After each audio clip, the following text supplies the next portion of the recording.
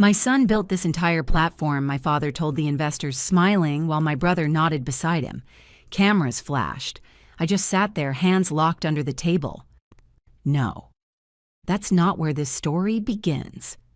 It began 5 years earlier in a small Kansas City apartment, lit by the glow of my monitor, the room smelling like burnt coffee and deadlines.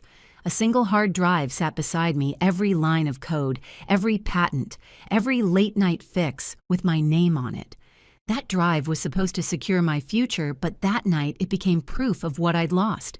And that folder would expose every lie they built. I used to think building something with my family would be the safest bet. You grow up believing loyalty is the foundation that blood means protection. Turns out, it just means they know exactly where to cut you deepest. Back then, I was 25, fresh out of grad school, a software engineer in Kansas City. I'd turned down 2 job offers from big tech firms because my father said, "Why build someone else's dream when we can build ours?" It sounded noble. I wanted to believe him. He had the connections, the money, the charisma that filled every room. I had the skill, the code, the logic, the quiet grind that kept systems running when everyone else was asleep. Our first office was a narrow floor above a laundromat. The windows rattled when the dryers spun below. I remember that smell detergent and burnt coffee and how proud I felt setting up my first server rack with my father watching. He called it Dawson Tech. He said it like a promise. 50-50 partnership, he told me. Equal share, equal credit. I didn't even ask for paperwork then. He was my dad. Paper felt unnecessary. My mother would visit with homemade sandwiches, fussing over how pale I looked. She'd hum as she set them down, always checking if I'd eaten. Ethan would show up sometimes after work, sleeves rolled up, phone buzzing nonstop with his clients. He was charming, effortless, the kind of guy who called waiters by name and remembered birthdays. My father loved that about him, said he had leadership energy. I had the quiet kind, the kind people didn't notice until something broke. In those early months, everything ran on hope and caffeine. I'd pull all-nighters debugging authentication issues, half the time coding with one hand and holding a slice of cold pizza with the other. My father would pop in at midnight, pat my shoulder and say, "You're a machine, Claire." I'd smile even when my wrists ached. That praise meant more than any paycheck. But even then, small things started to slip. When reporters came for interviews, he'd say, "We built this system together." When investors toured the office, he'd pull Ethan into the photos, the family faces of innovation. I was always behind the screen, literally. I told myself it didn't matter. What mattered was the work. I thought the results would speak for themselves. Our Sunday dinners became status updates. My father would talk about expansion acquisitions, funding rounds. Ethan would talk about client conversions. When I tried to explain our new back-end framework, my mother would glance at her watch and say, "Let's not talk about computers during dinner." My father would laugh and pour more wine. "She's always in her own world," he'd say. Everyone would laugh, and I'd laugh too, pretending it didn't sting. Still, I stayed late, pushed harder, built cleaner systems. I told myself I was laying bricks for a future that would finally prove my worth, not as his daughter, but as his equal. Every line of code was proof. Every patent draft, every architecture diagram I saved, copies under my name. Not because I didn't trust him, but because I was thorough.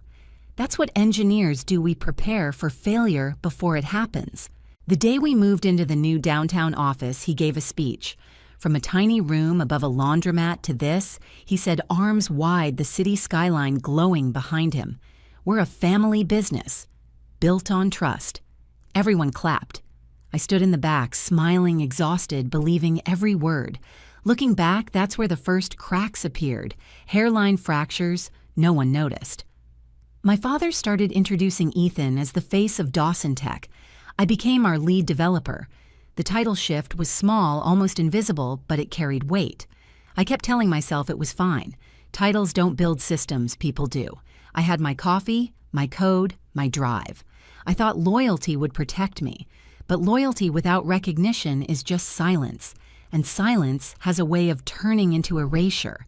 I didn't know it yet, but that silence was already rewriting my story. It didn't happen all at once. Favoritism, rarely does it, creeps in, quietly disguised as strategy, practicality, optics. My father started taking Ethan to meetings I used to lead. Investors respond better to him, he said once, adjusting his cufflinks.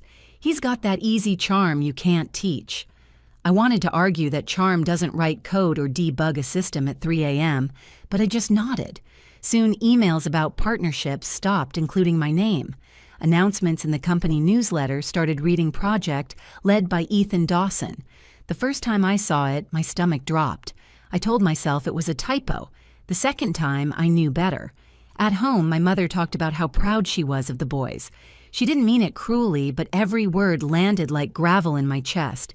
Your father and Ethan are such a team, she said one Sunday dinner, passing the potatoes. It's wonderful to see them working side by side. I looked at my hands, fingers still lined with the faint red marks from the keyboard. Yeah, I said. Wonderful. Ethan thrived in the attention. He was good at making himself seem indispensable, staying late just long enough to be seen asking me casual questions about projects, then quoting my answers in meetings as his own insight. Once I caught him using a slide deck I'd designed from scratch. My initials were still in the footer. I watched him present it to a client while my father nodded proudly beside him. Not once did either of them look my way. Afterward, I confronted my father in the hallway. Dad, that was my work. He sighed as if I were a child who didn't understand the world. Clear perception matters. People invest in leadership, not labor. Ethan represents the vision. You're the backbone, and every company needs one. You should be proud. Backbones don't get introduced, I said quietly. He frowned. You're emotional. Don't be emotional about business. That line, don't be emotional. It stuck to me. Like a rule I wasn't allowed to break. The shift at work became impossible to ignore. Ethan got a corner office with glass walls. My cubicle stayed the same next to the hum of the server room where no one ever visited. When investors toured, my father made sure Ethan led the walkthroughs. He's the future, he'd tell them. The words slid off his tongue easily like they'd been practiced. The staff followed his lead. People who once came to me with technical questions now waited for Ethan's approval. He said we should delay the rollout, one of the developers told me. Did you agree? I didn't. But arguing would only make me look difficult. That's how women in tech disappear, not because they fail, but because they're labeled inconvenient. There was a day late fall, I remember, when my father handed Ethan a company credit card during a team lunch. Use it for business dinners, travel, whatever you need. He didn't look at me once. I was sitting right there, still paying my own expenses out of pocket. The waitress brought the check to him, assuming he was the boss. He didn't correct her. I drove home that night with my headlights reflecting off wet pavement, the city glowing gold and cruel. I told myself it was fine, that maybe this was temporary, that my work would speak louder eventually. But deep down, I knew. I was building something solid while they built a story, and in business, the story always sells first. Still, I stayed. I kept working, coding, documenting. Because part of me believed that if I just held on long enough, the truth would find its way out. But truth doesn't just appear. It has to be dragged into the light. The final crack came on a Thursday morning, ordinary enough to hide a betrayal that would split everything open. I got an email from a restaurant downtown confirming the cancellation of my seat for that night's investor dinner. Miss Dawson, it said your reservation was removed by your office. My office. I hadn't touched it. I walked straight into my father's office. He was on the phone laughing his suit jacket off, Ethan sitting across from him, scrolling through his laptop like he owned the place. Why wasn't I invited tonight? I asked. He covered the receiver with his hand, looked up and smiled politely the way he did with employees. It's a casual event, Claire, more of a social thing. You wouldn't enjoy it. Social thing, I repeated. For investors. He waved a hand. You're more of the technical type. Let Ethan handle the people side. Ethan didn't even look guilty. It's not personal, he said. They just want to meet the faces of the company. The faces. As if my code, my architecture, my patents were faceless. That night, I drove past the restaurant anyway.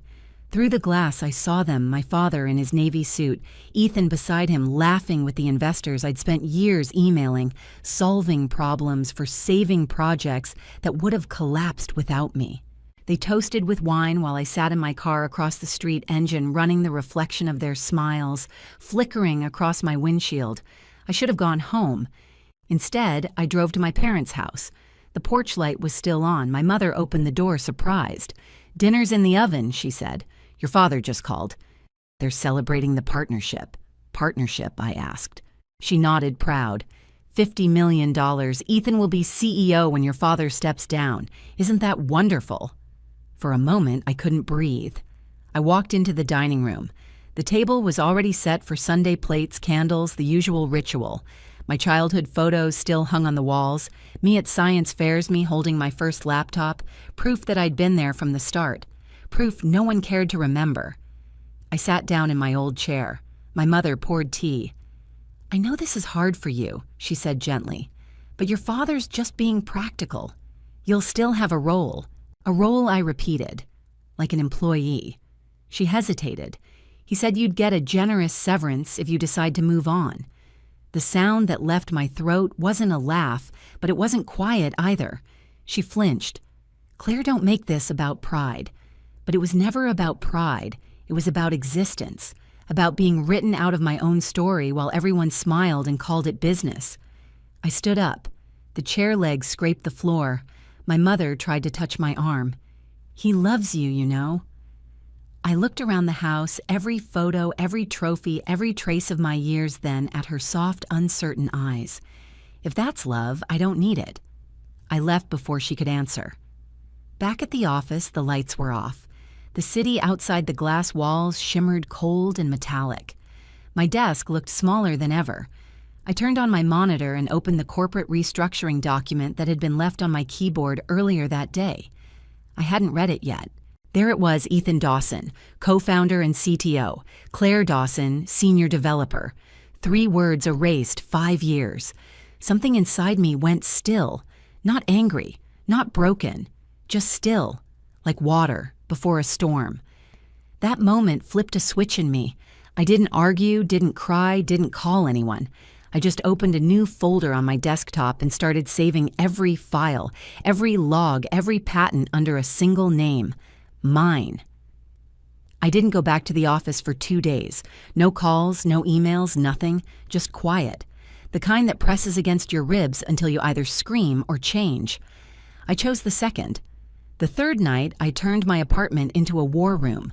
Laptop screens glowed across the kitchen table, folders spread like battle maps, contracts, patent filings, contribution logs. Every receipt of who had truly built Dawson Tech. 5 years of data dates code commits timestamps, my proof, my protection. I called one person, Megan Liu. We'd met at a conference years ago, bonding over coffee and burnout. She answered on the second ring. "I was waiting for this call," she said. "I think they're selling the company without me," I told her. "You know they are," she replied. "The question is, what do you want to do about it?" We met the next morning at a small cafe near Union Station. She wore a gray blazer tablet in hand, eyes sharp. I slid the flash drive across the table. "Everything's here." She plugged it in, scrolling. "Claire, you have them cornered. The patents list you as sole inventor. The partnership contract says equal ownership. If they move forward with that sale, they're violating federal IP law." The words didn't sound real, so I can stop it. "You can block the sale force, a buyout, or expose them publicly. Your choice." I stared at the steam rising from my coffee. My reflection wavered inside it, tired but clear. "Then we'll stop it," I said. Over the next week, we built our case the same way I built software, systematically, one line at a time. Megan drafted a cease and desist letter, attached exhibits of proof. I organized every file like I was debugging the story they'd tried to overwrite. Every bug led back to them. Every fix led back to me. Meanwhile, my father's confidence grew louder.